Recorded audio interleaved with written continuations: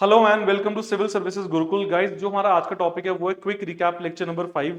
आज हम क्या देखेंगे? आज हम यूनियन लेजिस्लेचर मतलब आज हम पार्लियामेंट को स्टडी करेंगे।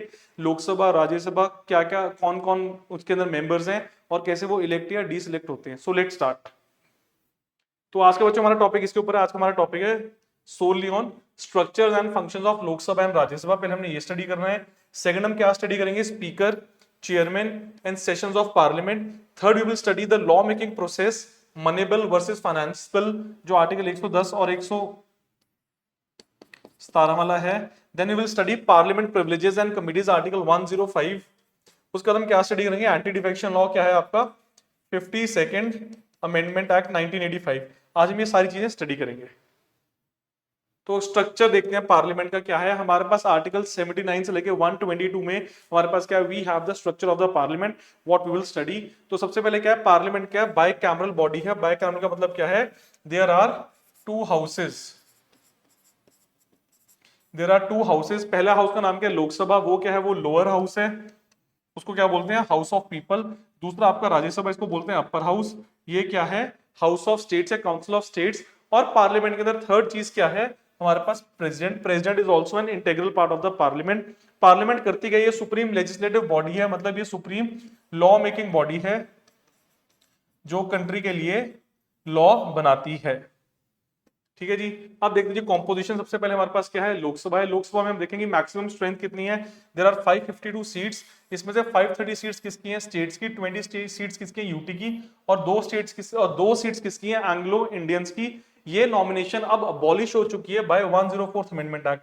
तो अब करंट स्ट्रेंथ कितनी है पार्लियामेंट की? मैक्सिमम 550। फिर बात करते हैं कि प्रेजेंट स्ट्रेंथ कितनी है। अभी हमारे पास 543 मेंबर्स है। अभी भी हमारे पास बच्चों 7 members are short with respect to their maximum strength. Tenure कितना है इसका? 5 इयर्स। क्या ये पहले डिसॉल्व हो सकती है? Yes, Lok Sabha can be dissolved earlier, ये प्रोविजन है। उसके बाद बढ़ते हैं क्वालिफिकेशन क्या चाहिए to be a member of Lok Sabha. एक तो citizen of the country, 25 plus years age होनी चाहिए, और other conditions as under RPA 1951। तो बहुत ही सिंपल कैटेगरी, आप सिटीजन ऑफ इंडिया हो, 25 साल से आपकी ज्यादा एज है, आप एलिजिबल हो to contest the elections of Lok Sabha, तो आप कर सकते हो। अगर कोई और लॉ है तो वो आरपीएन 1951 में प्रोविजन लिखा है, आपको वो फुलफिल करना है। ठीक है जी।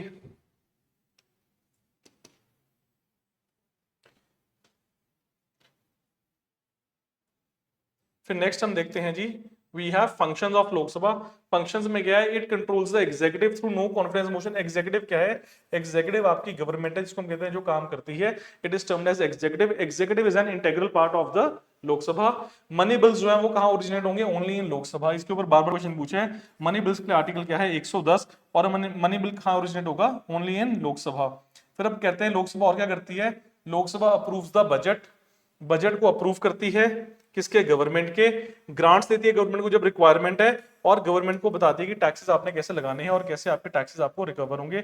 और क्या है? ये रिप्रेजेंट करती है किसको? लोगों को डायरेक्टली। क्यों? क्योंकि ये रिप्रेजेंटेटिव है किसकी? लोगों की। तो ये लोगों को रिप्रेजेंट करती है डायरेक्टली। और यहाँ पे जो लोग हैं वो जाते हैं किस चीज के थ्रू? वो जाते हैं डायरेक्ट इलेक्शंस के थ्रू। कहां पे? लोकसभा में। ठीक है, तो बच्चों ये क्विक रिकैप है लोकसभा का। नेक्स्ट वी हैव राज्यसभा, जो हमारा अपर हाउस है। इसकी कॉम्पोजिशन देखिए, इसमें मैक्सिमम सीट्स कितनी है? 250। इसमें से 238 लोग इलेक्टेड हैं और 12 लोग कौन है? नॉमिनेटेड है। वो नॉमिनेट करता कौन है? प्रेसिडेंट से। प्रेसिडेंट साहिबान को नॉमिनेट करती हैं। और वो किस कैटेगरी से आएंगे? Arts, literature, science, social service etcetera. इन कैटेगरी से लोग आते हैं और वो क्या करते हैं? उनको प्रेसिडेंट साहब नॉमिनेट करते हैं। प्रेजेंट स्ट्रेंथ कितनी है इसकी? 245 इज द प्रेजेंट स्ट्रेंथ। और मैक्सिमम कितनी है? 250। तो इसका टेन्योर देखते हैं। परमानेंट बॉडी है, डिसॉल्व नहीं होती है। इसके जो मेंबर्स हैं, 1/3 of the members retire every second year. और मेंबर की टर्म कितनी है? 6 इयर्स। तो अभी मेंबर की टर्म 6 इयर्स है, हाउस की कोई टर्म नहीं है। लोकसभा में क्या थी? आपकी हाउस की टर्म थी, मेंबर्स की कोई भी टर्म नहीं थी। क्वालिफिकेशन की बात करें, इसमें क्या चाहिए आपको? Citizen of India. एज कितनी है? 30 प्लस ईयर्स। और अदर कंडीशंस अंडर आरपीएन 1951। अगर आप ये कंडीशन फुलफिल करते हो तो आप क्या बन जाओगे? आप राज्यसभा के मेंबर्स बन जाओगे। इसके फंक्शंस देखते हैं। फंक्शंस में क्या है? It represent states and UTs को रिप्रेजेंट करता है।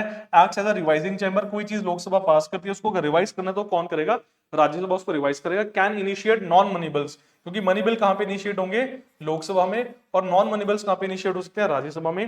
Can approve proclamation of emergency if Lok Sabha is dissolved, अगर लोकसभा काम नहीं कर रही है और कंट्री के अंदर इमरजेंसी लगनी है तो कैसे लग सकती है, अगर राज्यसभा उसको अप्रूव कर दे। इसके पास स्पेशल पावर्स है अंडर आर्टिकल 249, स्पेशल पावर्स हैं, वो क्या करते हैं, वो अलाउ करते हैं पार्लियामेंट को कि कोई भी स्टेट सब्जेक्ट का लिस्ट है उसके ऊपर अगर आपने लॉ बनाना है तो राज्यसभा लॉ बना सकती है, उसके लिए क्या यूज करेगी, article 249। So these are some of the functions of the Rajya Sabha, the important ones. Next हमारे पास बच्चे प्रिजाइडिंग ऑफिसर, अगर हम लोकसभा की बात करें तो वहां पे हेड कौन है या उसको चेयर कौन करता है, स्पीकर। ये कहां से इलेक्ट होता है, elected from among the members, मतलब जो स्पीकर है वो भी लोकसभा का मेंबर है, ये प्रिजाइड करता है लोकसभा पे और लोकसभा के ऑर्डर को मेंटेन करता है। जैसे हम कहते हैं ना, प्रिंसिपल हो गया, क्लास टीचर हो गया, वो ये सर्टिफाई करता है कि मनी बिल है या नहीं है। अगर स्पीकर ने सर्टिफाई किया कि कोई टाइप का बिल मनी बिल नहीं है तो वो मनी बिल की कैटेगरी में नहीं आएगा। It decides on the disqualifications under anti defection law, that is 10 schedule. जो आपका एंटी डिफेक्शन लॉ है 10 शेड्यूल, उसके अंदर डिस्क्वालिफिकेशन को क्या करता है, डिसाइड करता है। और ये क्या करता है, ये रिप्रेजेंट करता है लोकसभा को इन ऑल मैटर्स। तो इसका प्रिजाइडिंग ऑफिसर कौन है, स्पीकर। नेक्स्ट हम देखेंगे फिर इसके अंदर क्या होता है, एक डिप्यूटी स्पीकर भी होता है, ये भी इलेक्टेड होता है और कहां से होता है, लोकसभा के मेंबर्स में से। ये कब काम करता है, जब स्पीकर साहब एब्सेंट है तो कौन आएगा, तो डिप्यूटी स्पीकर आएगा काम करने के लिए लोकसभा के अंदर। फिर राज्यसभा में जो आपका सेकंड हाउस है उसमें हमारे पास क्या है, उसमें जो हेड है उसका नाम क्या है, चेयरमैन। तो कौन सा, जो वाइस प्रेसिडेंट होता है कंट्री के, वो एक्स ऑफिशियो मेंबर है या एक्स ऑफिशियो चेयरमैन होते हैं किसके, राज्यसभा के। मतलब उनके पास डबल ड्यूटी है, एक they have to discharge their duties as vice president, और सेकंड क्या है कि उनको चेयरमैन बनना पड़ता है किसका, राज्यसभा का। ये प्रिजाइड करता है राज्यसभा पे और उसका डिसिप्लिन इंश्योर करता है राज्यसभा का। एक राज्यसभा में क्या है हमारे पास, डिप्यूटी चेयरमैन है, जैसे we have deputy speaker in Lok Sabha, so we have deputy chairman in Rajya Sabha. ये भी इलेक्टेड कहां से, from the members of Rajya Sabha. फिर आपकी बात करते हैं सेशंस ऑफ पार्लियामेंट की। We have 3 sessions in the parliament, एक आपका बजट सेशन है, एक मॉनसून और एक सेशन है विंटर। तो इन सेशंस को बुलाता कौन है, समन किया जाता है, उसको बोलते हैं समनिंग करेगा कौन, president, using article 85, not more than 6 months gap. वो कहना चाहते हैं कि जो भी ये 3 सेशंस हैं ये कॉन्टिन्यूअस होने चाहिए और मैक्सिमम गैप कितना अलाउड है, 6 मंथ्स। अगर 6 मंथ से ज्यादा सेशन में किसी में गैप हो जाता है तो हम लोकसभा को डिसॉल्व करेंगे और क्या कहेंगे, क्या बोलेंगे कि न्यू लोकसभा आएगी और न्यू लोकसभा काम करेगी। क्यों, क्योंकि जो ये लोकसभा है ये प्रॉपर्ली काम नहीं कर पा रही है, तो हम सरकार को हम क्या करेंगे, डिसॉल्व कर देंगे। ठीक है जी। अब सेशंस के बाद क्या है, जॉइंट सिटिंग का प्रोविजन है, वो है आर्टिकल 108 में। वो क्या, इसका मतलब क्या है कि जब आपके दोनों हाउसेज लोकसभा और राज्यसभा किसी एक इशू के ऊपर कंसेंसस ओरिएंट नहीं कर पा रही है, क्या कंसेंसस ओरिएंटेशन नहीं हो पा रही है, तो प्रेसिडेंट क्या बोलेगा कि जॉइंट सेटिंग करो, दोनों हाउसेस को बिठाओ और इन जॉइंट सेटिंग्स को क्या प्रिजाइड कौन करेगा, स्पीकर। स्पीकर साहब इस जॉइंट सेटिंग को प्रिजाइड करेंगे और क्या बोलेंगे और बताएंगे कि जो बिल है या जो भी कोई इशू अगर रिजॉल्व नहीं हो पा रहा उसको कैसे रिजॉल्व करेंगे। ये किस केस में होती है, only ordinary bills. Money bill में जॉइंट सेटिंग अलाउड नहीं है और ना ही कॉन्स्टिट्यूशनल अमेंडमेंट बिल में जॉइंट सेटिंग अलाउड है। ठीक है जी। फिर हम करते हैं types of bills. We have certain types of bill. सबसे पहले बिल का नाम क्या है, ऑर्डिनरी बिल। ये किसी भी हाउस में ओरिजिनेट हो सकता है, इसके लिए आर्टिकल क्या है, 107। फिर आर्टिकल 108 में क्या है, जॉइंट सेटिंग, जो हमने अभी देखा। उसके बाद आपका आर्टिकल 110 वो क्या है, मनी बिल। तो ये क्या है, ये सिर्फ लोकसभा में ही ओरिजिनेट होगा स्पीकर की सर्टिफिकेशन के बाद। जब स्पीकर इसको सर्टिफाई कर देगा, लोकसभा में डिस्कस हो जाएगा, फिर ये राज्यसभा में भेजा जाएगा। राज्यसभा को 14 डेज का टाइम दिया जाएगा कि अगर आपने कोई चेंजेस प्रिस्क्राइब करना है तो आप बता दो, अगर आप हैप्पी हो तो बता दो, अगर आप नॉन हैप्पी हो तो बता दो। पर फाइनल डिसीजन किसका है, लोकसभा का है। राज्यसभा सिर्फ रिकमेंड कर सकती है, मानना ना मानना लोकसभा का प्रेरोगेटिव है। फिर आपका फाइनेंस बिल है, ये क्या है, ये ब्रॉडर मैटर्स हैं जो मनी बिल में कवर नहीं होते हैं, ये फाइनेंशियल प्रोविजंस को देखता है। और लास्ट आपका है constitutional amendment bill, article 368। It can be introduced in either house, पर इसको पास करने के लिए आपको क्या चाहिए, स्पेशल मेजॉरिटी। तो ये क्या है, ये 4 टाइप्स के बिल्स हैं।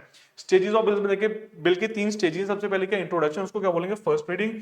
फिर आपका क्या है, इंट्रोडक्शन के बाद general discussion and committee stage. Committees मतलब स्पेसिफिक एक ग्रुप्स बनते हैं जो बिल के ऊपर डिस्कस करते हैं, वो सेकंड रीडिंग में है। थर्ड रीडिंग में क्या है, फाइनल डिस्कशन एंड वोटिंग। एक बार बिल वोट हो जाए फिर बिल को कहां भेजेंगे, प्रेसिडेंट के पास। प्रेसिडेंट साहब ने बिल को असेंट कर दिया तो बिल क्या हो जाएगा, एक्ट बन जाएगा। ठीक है जी। फिर हम देखते हैं पार्लियामेंट प्रिविलेजेस। इसके लिए हमारे पास क्या है, article 105 we have for parliament privileges. इसके अंदर हम देखेंगे कि पार्लियामेंट के पास क्या क्या प्रिविलेजेस हैं। तो आर्टिकल 105 कहता है कि सबसे पहले क्या है, इनके पास freedom of speech and parliament. ये पार्लियामेंट में कुछ भी बोल सकते हैं, एक दूसरे को क्या कहते हैं, क्वेश्चन मार्क कर सकते हैं। आपने देखा होगा ना कि ये डिस्कस करते हैं, लड़ते हैं, झगड़ते हैं, एक दूसरे को चप्पल मारते हैं, कई बार चेयर्स मारते हैं, कई बार डॉक्यूमेंट्स मारते हैं। तो वो क्या है, वो सारी प्रिविलेजेस हैं।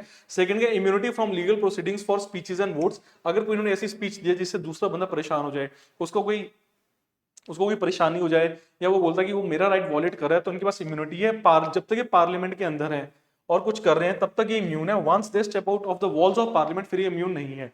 ठीक है जी। फिर क्या, freedom from arrest during session. अगर कोई सिविल केस में इनका नाम है पर सेशन में बैठे हैं, सेशन चल रहा है, तो इनको अरेस्ट नहीं किया जाएगा। Parliament decided on privileges and breaches. कोई भी प्रिविलेज और ब्रीच है वो पार्लियामेंट खुद डिसाइड करेगा, कोई और बॉडी डिसाइड नहीं करेगी।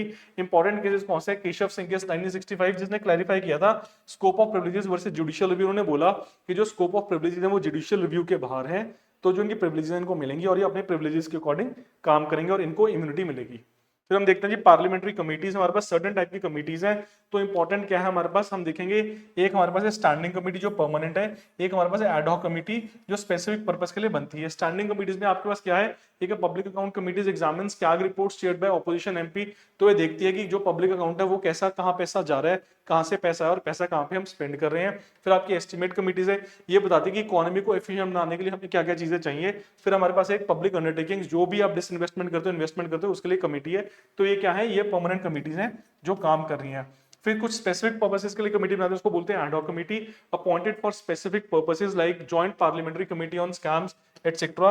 इंपॉर्टेंस क्या है, improve accountability, detailed scrutiny and bipartisan discussions. वो कहते हैं कि जो ये कमिटीज है ये इंडिपेंडेंट होगी, स्पेसिफिक पर्पस के लिए बना है, ये उसी को स्टडी करेगा, उसी के रिफॉर्म सजेस्ट करेगा और उसी के अंदर बताएगा कि काम कैसे आपने करना है या क्या क्या इंप्रूवमेंट्स हो सकती हैं। फिर हमारे पास लास्ट क्या है, एंटी डिफेक्शन लॉ। ये क्या है, ये 10 शेड्यूल में आता है, 52nd अमेंडमेंट एक्ट। हम कहते हैं कि कोई आपने पर्सन को चूज किया, जब आपने चूज किया वो कोई XYZ पार्टी को रिप्रेजेंट कर रहा है, पर चूज होने के बाद उसको लगता है कि ये पार्टी में मेरा जो चीजें हैं वो फुलफिल नहीं हो रही है, मेरी नीड्स एंड डिजायर्स फुलफिल नहीं हो रही हैं, तो पार्टी चेंज कर रहा है। तो हम कहते हैं कि जी आप वोटर के साथ क्या कर रहे हो, आप वोटर के साथ धोखा कर रहे हो। क्यों? क्योंकि वोटर ने जब आपको चूज किया था तो उन्होंने आपकी सडन पार्टी को देख के, आपको देख के चूज किया था। अगर आप उनको बिना बताए पार्टी चेंज करोगे, मतलब उन्होंने उस पार्टी के लिए वोट ही नहीं किया, जो आप पार्टी चेंज करो, तो आप किसके अंदर आओगे, एंटी डिफेक्शन के अंदर आओगे। It aims to prevent political defections, की आप पार्टी ऐसे ना चेंज करो।